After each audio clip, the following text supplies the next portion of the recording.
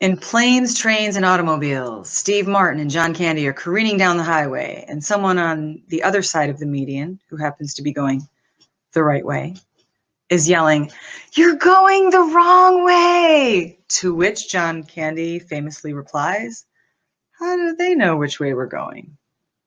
This reminds me so much of Parkinson's. We may seem entirely abnormal, as in abnormal. Is there a brain that's normal? Because we might be doing things a different way. We call it creative adaptation. And just like the Seal song goes, you have to be a little crazy to survive Parkinson's. You have to have moxie and grit. You have to have perseverance. You have to be pretty brave. You have to have some courage, some tenacity. And it's okay to go outside the box, to be the outlier, to think about things. This adaptation, this creative adaptation, is kind of one of the things that saves us. So this invitation to do things differently, this invitation for creative adaptation is actually a tremendous gift. It helps us to release fear and expectation. We can't simultaneously be frozen in fear and also living. And what do we want? We want more life. Our timeline feels finite. The tick-tock boom of watching our timeline get smaller in terms of our capacities and our capabilities. That's not for someone faint of heart, and it's also not easy to be around. So this, what I call a Cinderella effect, not the Cinderella effect, but I experience what's called a Cinderella effect. I know my medications only have about an hour or two to work. I better get everything done before midnight, or I'm going to turn into the proverbial pumpkin of the old man, like Tim Conway on the Carol Burnett show, and the slow fall down the stairs. Because I'm aware that this is happening in every given moment. I'm aware that change is the only certainty in life, that the uncertainty is where we can reside. That's where the power is. That's where the reality is. It is not easy to stay in your body when the intensity of pain gets great. With chronic pain, this debilitating condition, which is degenerative and progressive, we suffer. And suffering, like depression, likes to make you feel as if you're alone. Everyone suffers, as we know. We are most certainly not alone. Just as sure as we can feel each other's suffering, we experience mudita.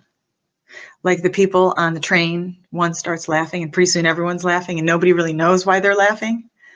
That's the sympathetic joy factor. We experience that joy when a child laughs or when a friend's happy, a loved one is happy, or even maybe when, a neutral character like the mailman is happy.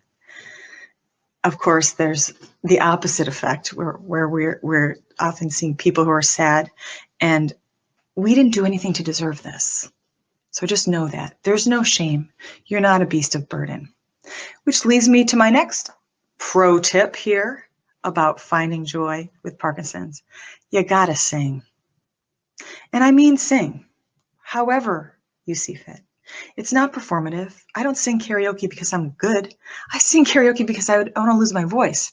And I'm too lazy to exercise my voice, so I sing. Because I'll never be a beast of burden. Is it perfect? Absolutely not. It's improv.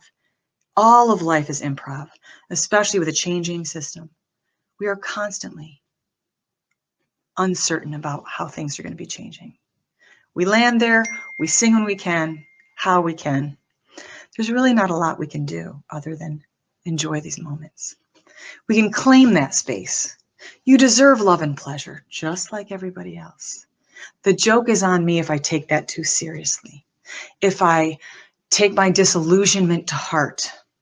It's all disillusionment. So we can communicate with our loved ones and friends in what I call translating Parkinson's. They are our touchstones.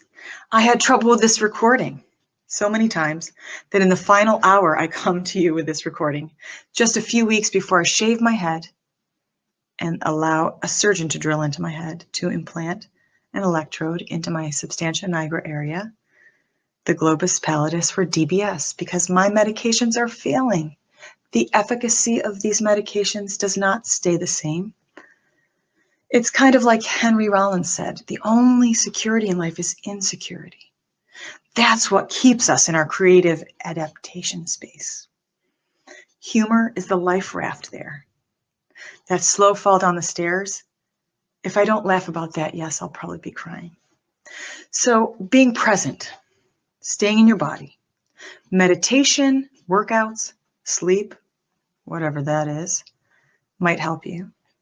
Maybe you like a schedule. I'm a person who doesn't do well when I'm too scheduled because it's hard for me to anticipate what comes next. If you've met one person with Parkinson's, you've met one person with Parkinson's. We all have different ways of coping and managing this disease. So finding the beauty around us, the flowers, the kittens, the babies, the smiles. No, maybe there's joy and beauty in a plastic bag, like in American Beauty when the wind catches this bag and Ricky Fitz is mesmerized by the bag. He finds it beautiful. What brings you that moment of presence, of joy? It could be something simple, like a cup of tea, a good chat with a friend, noticing a spider weaving a web, a bug crawling across my windowsill. I could get lost there in a flower. And since everyone's suffering, that's universal, and you know you're not alone, you can have those moments and allow yourself to savor them. Add some space between activity. In fact, if we have an appointment and you're coming to see me and you get lost along the way with something like this bird up here on the wire that I've been watching make a nest, I think it's a turkey vulture. I like to pretend it's a giant hawk or an eagle. Stop, enjoy the detour, take the detour. I invite you to do that. I'd rather have you arrive a day late, $1 short, but heart full, than to miss the opportunity to find that joyful expedition going the wrong way. Find that thing. In fact, stay open to the possibility that we don't know what's going to happen next. This uncertainty is in fact a gift. It keeps us asking, what's going to happen next? Instead of, I dread what's coming. See the difference there? It's pretty simple. I also want to say to nourish your body, just like you do your soul. Nourish yourself. Nourish your mind. Find ways to do that. Just like every sailor knows, you can prepare so carefully. But even the best preparation is not a promise of a successful sail. Or if you're a salesperson, the successful sail, S-A-L-E. I mean, we have unpredictable human beings in behavior. We have unpredictable winds in sailing, changes in conditions, the weather, within and without. How much of this do we really commandeer and sail through? So as I pave the way for my own compassion and start to love myself and really enjoy my own company, I can extend that to others. That's how I do it. I can feed my soul with creativity. So I'm hunting dopamine with discernment. I invite you to do the same. I invite you to get lost because it's not as simple as getting lost will be found or in suffering there is great awareness. It's not that simple. It's more like being open to the idea and all the opportunities and all the things that we may not even know yet. In every moment, life is unfolding in ways we can't possibly predict with certainty. We are not in charge. Isn't that great? There's something really liberating about this Parkinson's disease. As awful and painful and tragic as it can be, as merciless as Parkinson's can be. I've met some of my best friends after diagnosis through the WPC. Who else is going to want to hang out with me? So thank you to the World Parkinson's Congress and Coalition. The ambassadors of the WPC, thank you for joining us in this digital arena today where we're staring into screens instead of enjoying the collaboration directly. I'm missing the mirror neurons. I cannot wait for Barcelona. In about a year, we have an opportunity to go to Barcelona together. We can really enjoy ourselves there because we'll be in person. Even masked will be better than whatever this is now that we have. We can still stay connected though, and that leads me to my final part. Connection, collaboration, and communication, so important. So translating Parkinson's to your loved ones, understanding it yourself, getting your own PhD in Parkinson's, and just really hunting joy and pleasure. It's your birthright. You deserve to have a good life, a rich life. No matter what the capability level is, there's always a way. From wiggling your toe to dancing like a robot or a maniac. It's on. It's now. Thank you for coming, and I look forward to seeing you in 2021 with the Barcelona World Parkinson's Congress.